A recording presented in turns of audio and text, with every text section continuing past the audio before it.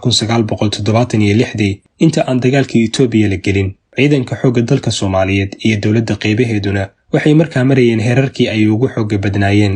diyaarad yar oo dalxiis ah oo dalalka Yurub laga leeyahay ayaa si fasax la'aan ah u soo gashay hawada Soomaaliya dhanka Djibouti xiga. diyaaraddu waxay ahayd kuwa dadka lacagta leh ay kireystaan, waxaana soo kireystay gabar reer Yurub ah iyo ninkeeda, 2 malxiis oo la socda, duuliyaha iyo kaaliyihiisa. 6 qof oo kaliya ayaa diyaaradda saarnaa. dadku sida la sheegay waa dad maalqabeena ah oo lacag leh, dalxiis aroos oo bishoodii ugu horeysay ku jira, waxayna u dhasheen dalalka Scandinavian-ka. dalal badan hadday soo mareen, Djiboutina safarku la soo gaaray. waxay gabadhii arooska ahayd xiisaynaysay jasiiradaha ku yaala bariga Afrika ee Tanzania iyo meelaha u dhow. haddii taa la go'aansaday waa in hawada Soomaaliya oo geeska Afrika ku taalla mara. waxaa ogolaanshiyo fasax loo soo qortay waaxda maamulka hawada Soomaaliya, taasoo codsigii diiday. markii ay ku qanci weyday sababihii ay soo qoreen, mar labaad ayay codsigii dib u soo celiyeen. jawaabtiina diidmo ayay noqotay, waayo xilligaasi shakiye ayaa jiray. waxayna dawladdu ka shakisay inay basaasayaal noqon karaan ama jawaasiis. caddaymo wax qanciyana ma keenin oo duul isla weyn ayay ahaayeen. maba soo dhigan meesha. dawlad yar oo Afrika ah ayaa hadal idinku soo celin karta. waa siduu waa hore ka sheegay Ismaaciil Mire, allaha u naxariistee, Richard Cofield kibirkiisa markuu soo wariyey isagoo yidhi, kaskiisaba ma gelin, wiil yar baa keebka kuu qabane, ragow kibirka waa lagu kufaa, kaaha la ogaado.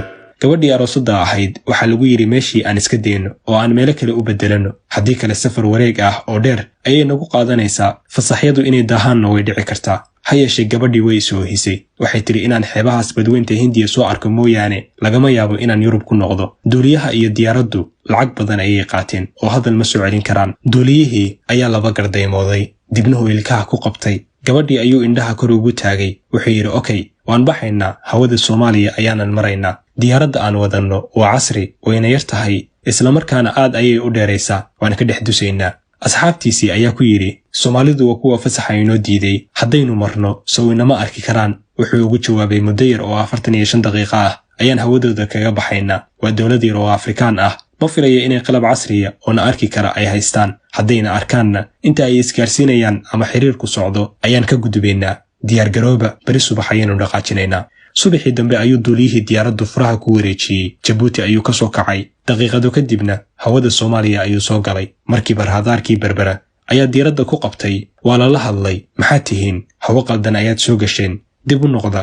ha yeeshee duuliyihii ma jawaabin. dhowr goor haddii la hadlay uusanna wax jawaab ah bixin, soona dhaafay carrigaasi. waxaa mar kale diyaaradda saaray raadaarka Buulo Berde oo isna mid casriya ahaa. waxaa kaloo arkay raadaarka garoonka ciidamada cirka ee Balidoogle. intaasna duuliyuhu ma jawaabin oo qorshihiisii ahaa intay iswarsanayaan ayaan dusaynaa ayuu ku socdaa. wararka inta laysku celcelinayo, diyaaradda soo xadgudubtay Berbera, Buulo Berde, Balidoogle iyo waaxihii shaqada ku lahaa hawada iyo difaaca waxay ahaayeen daqiiqado tirsan. markii la arkay duuliyaha diyaaraddu inuu kas iyo maag u dhageysanayo, waxna maagan yahay, ayaa amar la bixiyey. isla markiiba 2 diyaaradood oo kuwa dagaalka ah nooca miiga loo yaqaan ayaa garoonka militariga ee Balidoogle ka kacay. 2dii diyaaradood daqiiqado yar gudahood waxay hareeraha ka mareen diyaaraddii ajnabiga ahayd. waxaa diyaaradahan wada saraakiil Soomaali ah. mid waa kabtan, 3 xidigood garbaha ku wata, midna waa 2 xidigood. intay la sinmeen diyaaraddii kale ayay amar siiyeen oo ay ku dhaheen, na soo raac, halka aanu ku tilmaamno ku deg, haddii kale waa lagu tooganayaa, adiga iyo waxaad sididba, cawaaqib xumadeedana adigaa ka mas-uula. waa la soo jiiraysiiyey. waxaa lagu soo hagay inuu ku dego garoonka diyaaradaha ee Muqdisho. duuliyaha miiga koowaad wada ayaa ka horeeya, wuxuuna u sheegay inuu dhulka taabanayo kadibna kasii kacayo, isaguna uu meesha ku dego, waayo ciidamo kale ayaa dhulka ugu diyaarsanaa oo sugayey. miigii labaadna wuu ka dambeeya.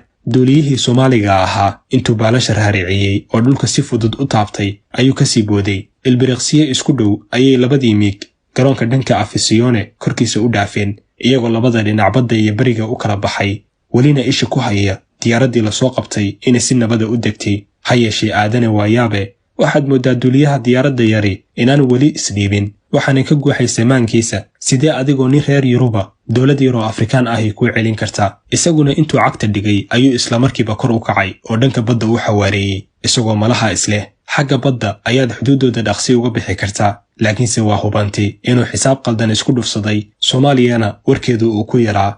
markiiba 2dii miig ayaa ku soo jiireeyey, iyadoo ayuu caddaatay diyaaraddan iyo duuliyaheeduba inay cashar fiican oo kii hore ka culus u baahan yihiin. duuliyaasha Soomaalidu way tira yaraayeen xilligaasi, laakiin waxay ahaayeen kuwo xarfaan ah oo shaqadooda aad uga adag. duuliyihii miiga koowaad waday ayaa diyaaraddii la soo sinmay dhinaceeda inta uu ka soo dhowaaday. isagoon la hadlin ayuu hal gantaal ku sii daayey, wuxuuna ka mariyey qaarka hore korkiisa meel wax yar u jirta. juuqna uma dhihin oo lama hadlin. ma hadal baa jira diyaaraddii intay ruxantay ayay xitaa saacadaheedii isku dhex yaaceen. gaaladii saarneedna matag iyo qayle ayay ku waasheen. markaasuu duuliyahoodii miyirsaday. degdeg ayaan u degaynaa ayuu ku hadaaqay.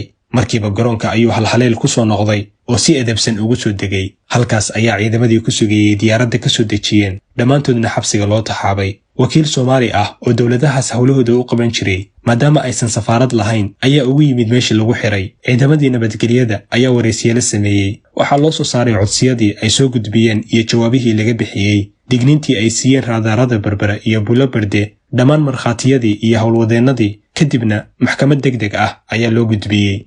maba aysan inkirin. wuxuu duuliyihii si cad u qirtay inuu u bareeray inuu hawada soo galo, mana aanan islahayn buu yidhi. dowladdan yarta ah ee Afrikaanka ah ayaa qalab haysata casriya ama idinsoo qaban karta, laakiin aad iyo aad ayaannu Soomaaliya ugu soo qaldannay, sidaasna marna ma aanan moodayn, ayuu ku jawaabay. maxkamaddu waxay ku xukuntay xarig iyo ganaax duuliyaha iyo shirkaddiisaba.